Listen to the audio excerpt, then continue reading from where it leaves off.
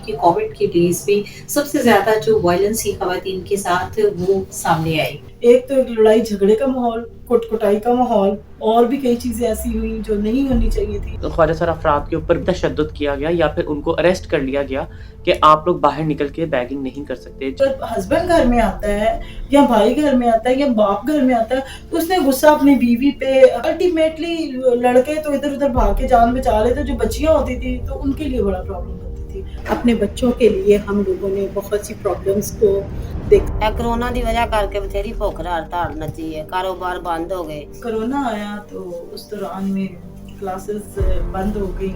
ਬੱਚੇ ਜਾਂਦੇ ਰਹੇ ਸਕੂਲ ਵੀ ਜਾਂਦੇ ਰਹੇ ਉਹ ਪੈਸਿਆਂ ਦੀ ਵਜ੍ਹਾ ਸਾਡੀ ਫੀਸਾਂ ਦੀ ਵਜ੍ਹਾ ਉਹ ਸਕੂਲੋਂ ਕੱਢ ਦਿੰਦੇ ਹੁੰਦੇ ਸੀ ਬਾਲ ਸਾਡੇ ਨਾਲ ਮਿੱਟੀ ਘੱਟੇ ਚ ਰੋਲਦੇ ਰਹੇ क्योंकि हम एक प्रोफेशनल फीमेल्स हैं और हमें इसलिए ज़्यादा प्रॉब्लम्स आई कि हमारा एक कारोबारी सिस्टम है।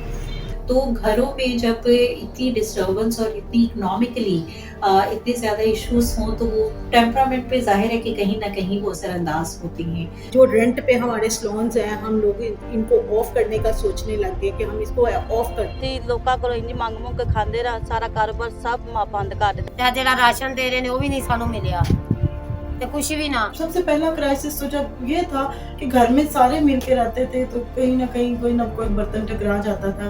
उनका सिर्फ कोविड से पहले क्योंकि केस फाइल हो चुका था और सिर्फ उनका स्टेटमेंट बाकी था, डिसोल्यूशन ऑफ मैरिज का उनका केस था यानी खुला का केस था, तो सिर्फ स्टेटमेंट बाकी था और ड्यूटी जजेस से हमने बार बार रिक्वेस्ट की कि आप उनका स्टेटमेंट एटलीस्ट आप रिकॉर्ड कर दें, लेकिन अनफॉर्चुनेटली वो भी नहीं हुआ और वो 9 महीनों के बाद स्टेटमेंट रिकॉर्ड हुआ।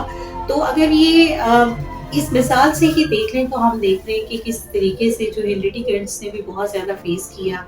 और नया एक डर आ गया ओमिक्रॉन का, अभी तो उसके साथ ऐसे ही जीना है। हैंड सैनिटाइज करने हैं, क्लाइंट्स को कैसे आपने अपने आप को कैसे सिक्योर रखना है, क्लाइंट को कैसे सिक्योर रखना है, मास्क आपने यूज़ करने हैं, हम लोगों ने ऐसे ही किया। ਸਾਡੇ ਕੋਲ ਕਰਜ਼ਾ ਨਹੀਂ ਰੱਖਣ ਦਿਆ। शायद उस टाइम पे लोगों को ये फील करना चाहिए था, महसूस करना चाहिए था कि उस वक्त कि ख्वाजा सर अफराद जो उनसे अपने घरों में ज़िंदगी गुजार रहे होते हैं, घरों में कैद होते हैं, जो उनके पास ज़िंदगी के लिए रोज़गार नहीं होता, तो वो किस तरह से जो उनसे ज़िंदगी गुजारेंगे। इस दौरान में ज़ीरो हो गई सारी सप्लाईज वगैरह गवर्नमेंट की और कोई कॉन्ट्रैक्ट नहीं रहा, तो हर तरफ से लॉस ही लॉस था। ਘਰਾਂ ਚੋਂ ਬਾਹਰ ਨਹੀਂ ਨਿਕਲਣਾ, ਐਲਾਨ ਕਰਤਾ हुकूमत ने, भुखे अंदर मारते रहे। पूरी दुनिया में तबाही पैदा हुई।